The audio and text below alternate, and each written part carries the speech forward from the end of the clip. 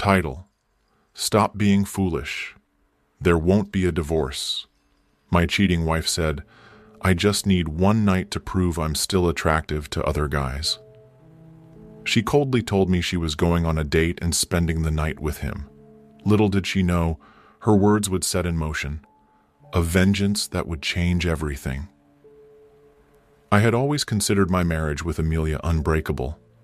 We met in university, two ambitious souls climbing the competitive world of finance. She was brilliant, calculated, and always in control. We built our careers together, her in corporate finance and me in investment banking. We had wealth, luxury, and what I thought was love. But I was wrong. One evening, as we sat in our modern London penthouse, Amelia stood by the window, sipping her wine. Her piercing blue eyes didn't meet mine as she spoke. Stop being foolish. There won't be a divorce. I blinked. What?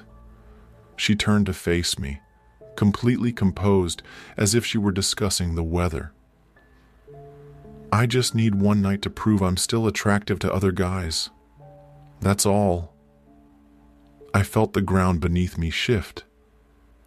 Amelia, do you even hear yourself?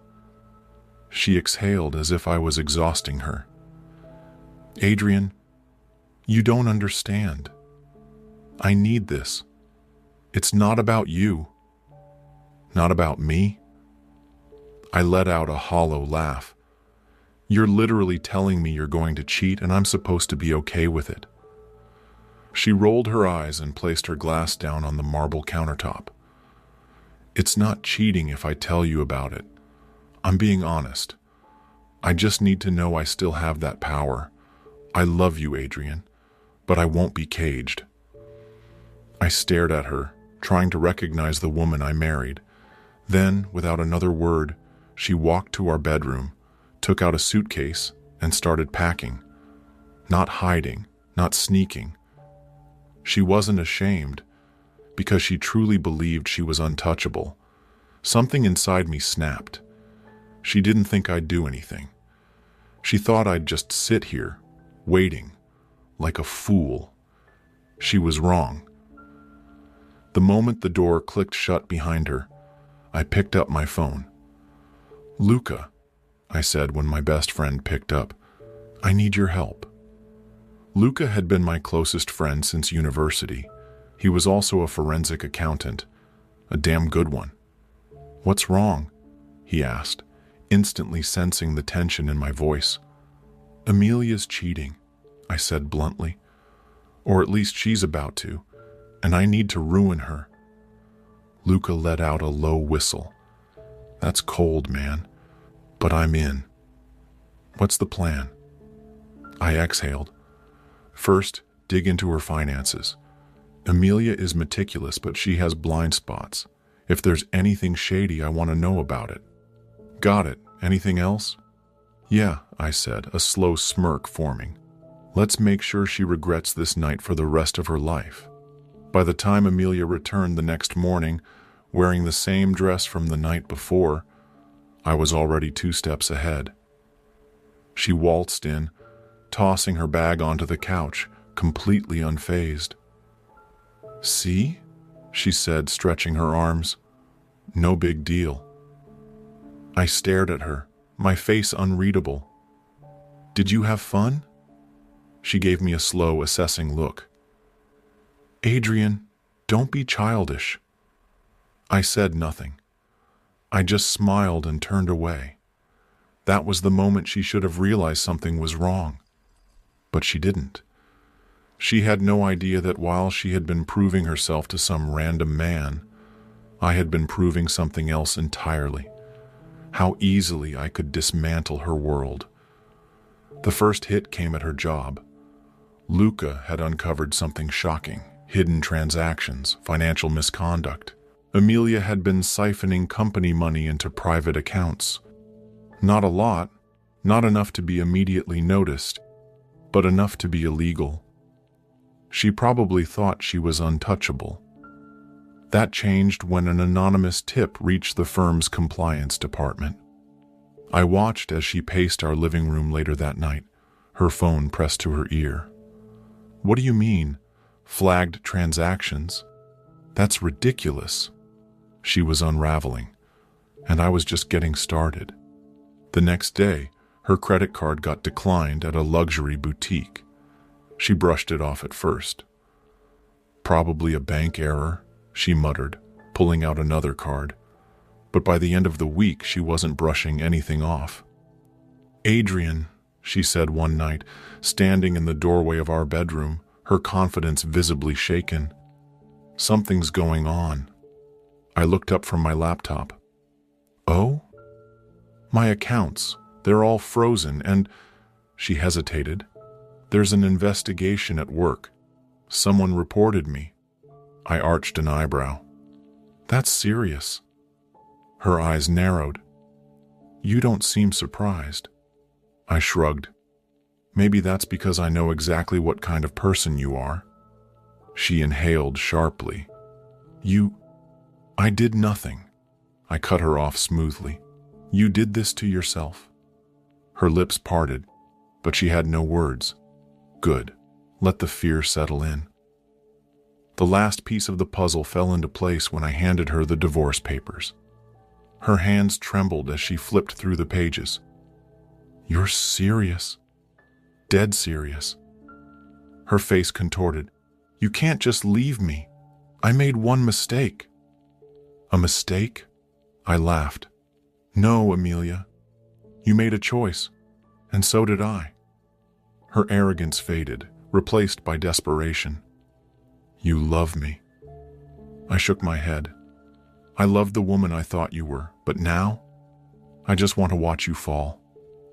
And with that, I walked away, leaving her to deal with the wreckage of her own making. Amelia had spent years meticulously crafting her perfect image, a successful, respected woman in finance, a doting wife, a person in control of her life. But I had stripped all of that away in just a few days. The investigation at her firm intensified. The board of directors, once full of admiration for her, were now full of suspicion. Compliance officers combed through her transactions, looking at every discrepancy. Her accounts were locked.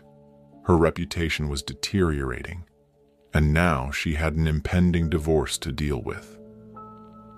The weight of it all was starting to show. One morning I watched as she sat at the kitchen counter, staring blankly at her coffee cup. Her nails drummed anxiously on the table. The ever-confident Amelia was fading, and I was savoring every second. Then came the real blow. Adrian, she called, her voice quieter than usual. We need to talk. I leaned against the door frame, arms crossed. About what? She exhaled deeply. I made a mistake. I arched an eyebrow. You don't say? She swallowed hard. I got carried away. It wasn't about you. It was about me needing to feel desirable. I finished for her. She flinched. Yes, but it didn't mean anything. I love you. I laughed, an actual deep laugh. You love me? I repeated. You love me so much that you told me to my face you were going to sleep with another man? That's the love you're talking about? Her eyes welled up with tears. I didn't think it would hurt you this much. I tilted my head. And that's the problem, Amelia. You never thought about me at all. She reached for my hand, but I stepped back. We can fix this, she pleaded. I gave her a long, hard look. No, Amelia, you can live with the consequences. The next week was her breaking point. First, the firm fired her. The financial discrepancies were too damning. She tried to deny it, to fight it, but once a scandal touches finance, there's no saving face.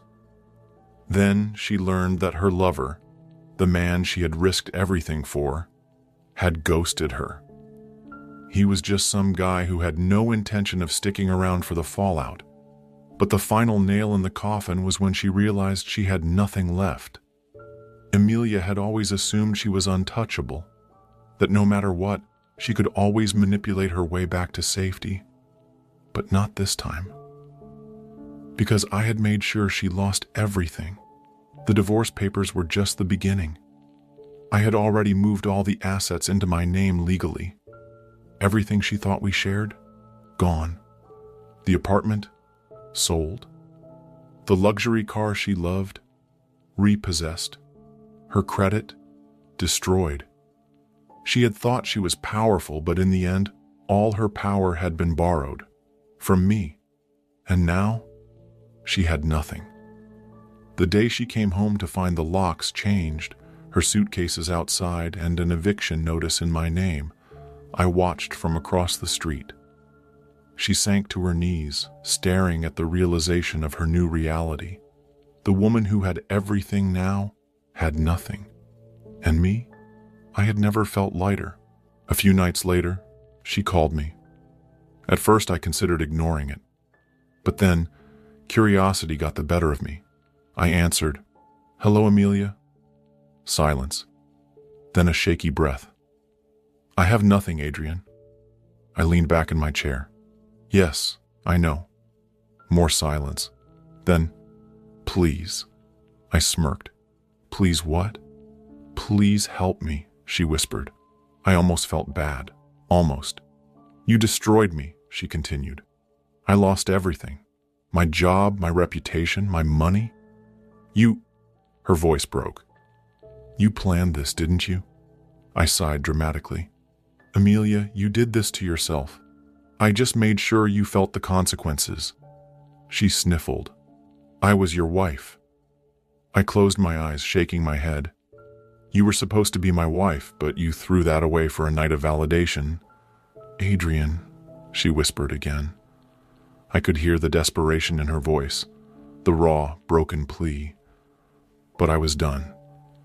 "You made your bed, Amelia.